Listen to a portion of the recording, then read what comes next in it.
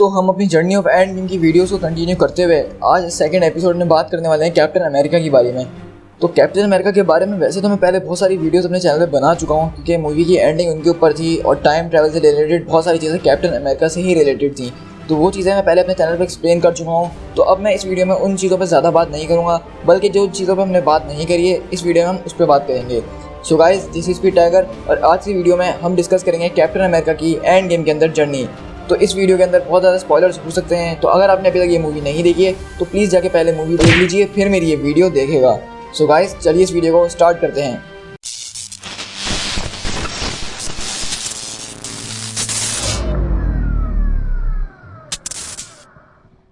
अगर साफ साफ सी बात कही जाए तो वो ये बात है कि एवेंजर्स एंड गेम जो थी उसके MVP जो थे वो कैप्टन अमेरिका ही थे।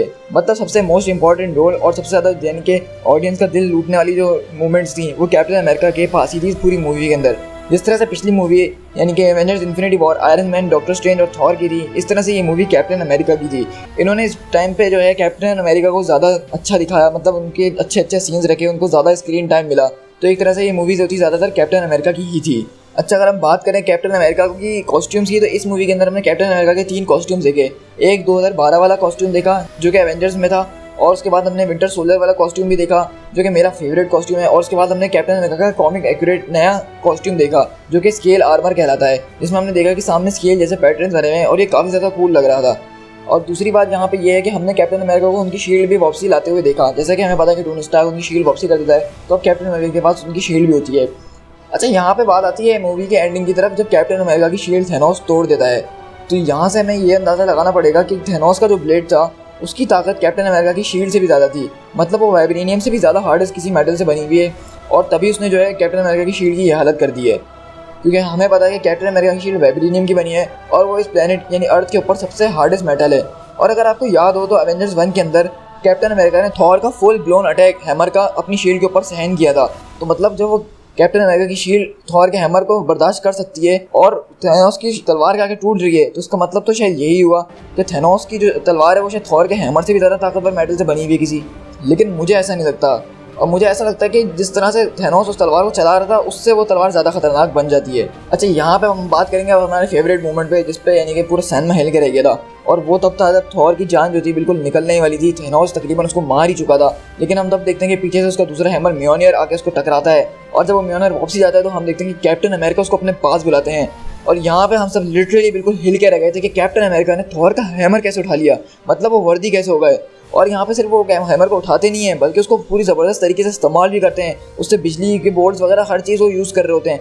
मतलब ऐसा लग रहा होता है कि कैप्टन अमेरिका यानी कि फुल्ली वर्दी हो चुके हैं। तो बहुत सारे लोग सवाल करेंगे कि हाँ, हमने देखा था एज ऑफ अल्ट्रॉन के अंदर कि कैप्टन अमेरिका जो है उसका हैमर उठाने की कोशिश करते हैं लेकिन उठा नहीं पाते हैं। तो उस वक्त क्या वजह थी कैप्टन हैमर नहीं उठा पाए, और अब क्या वजह है कि जो कैप्टन ने हैमर उठा लिया।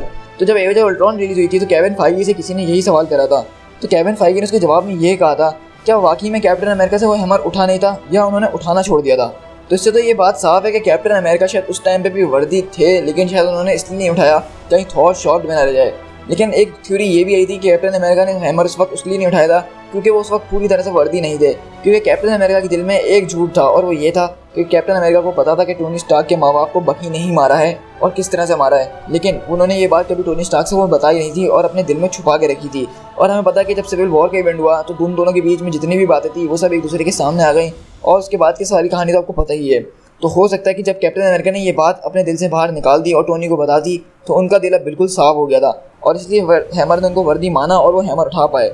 और दूसरी चीज़ ये भी आई है कि जैसा कि म्योनियर जो है वो बनाना थॉर के लिए किया था, तो उसकी फर्स्ट प्रायोरिटी थॉर थी।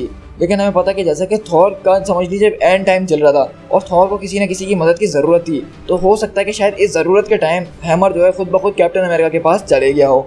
तो ये थ्योरी भी एक हो सकती है। लेकिन ओवरऑल जो कोई भी थ्योरी है, ये सीन जो था बहुत ज़्यादा कूल था कि कैप्टन अमेरिका ने किस तरह से अपना शील्ड और हैमर दोनों को एक साथ इस्तेमाल करा और थैनोस की बैंड बजा ही दी थी। और हमें पता है कि आखिर में मोमेंट होता है जब थैनोस जो है आयरन मैन थॉर को निपटा चुका होता है और कैप्टन अमेरिका उसकी पूरी आर्मी के आगे अकेले खड़े होते हैं, और वो अभी भी आगे बढ़ रहे होते हैं थैनोस से लड़ने के लिए, यहाँ तक कि उनकी शील्ड भी अब टूट चुकी होती है। लेकिन हम तभी देखते हैं कि पीछे से पोर्टल खुलता है और वहाँ पर उनको आवाज़ आती है कि ऑन योर लेफ्ट। तो ये सीधा सीधा रेफरेंस था फैल्कन का, जो कि कैप्टन अमेरिका विंटर सोल्जर से लिया गया है।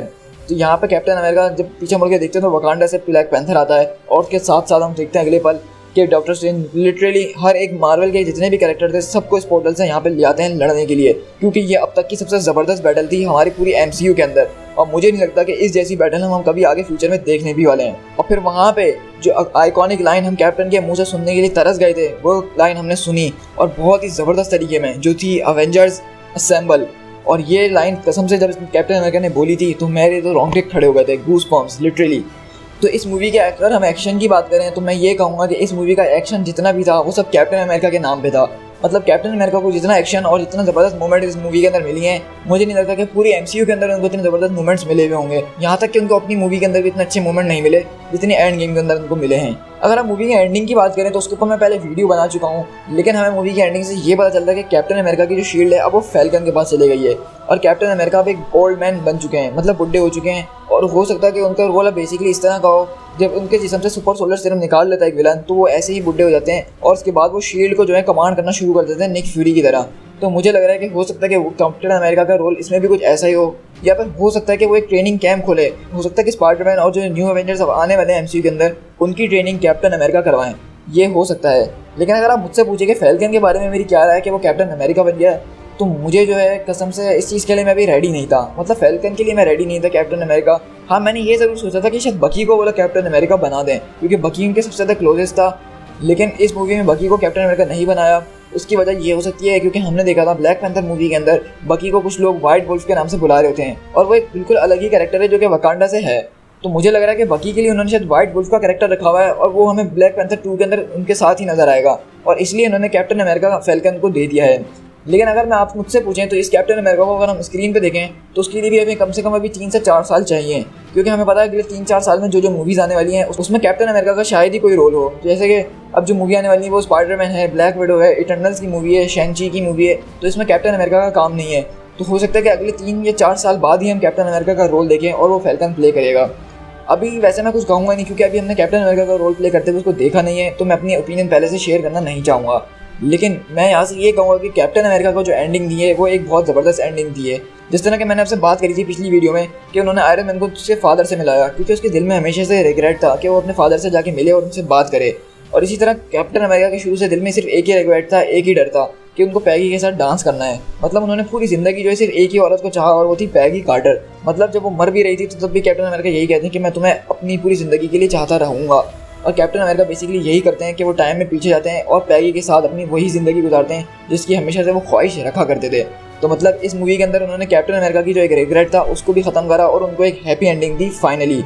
और यहाँ से मैं कैप्टन अमेरिका की एंडिंग देख के बेसिकली बहुत ज़्यादा खुश हूँ कि जिस तरह से उन्होंने कैप्टन अमेरिका का स्टोरी आर्क खत्म किया है, मैं बहुत ज़्यादा सेटिस्फाइड हूँ। सो गाइस, आई होप कि आपको ये वीडियो पसंद आई होगी। इसमें हमने कैप्टन अमेरिका की जर्नी डिस्कस करी है एंड गेम के अंदर, और इसकी एंडिंग जो है उससे रिलेटेड मैं आपकी ओपिनियन लेना चाहता हूँ कि आप लोग को क्या लगता है कि कैप्टन अमेरिका की एंडिंग करवा के इन्होंने ठीक करा है, या फिर कैप्टन अमेरिका को अभी कुछ टाइम और MCU के अंदर दिखाना चाहिए था।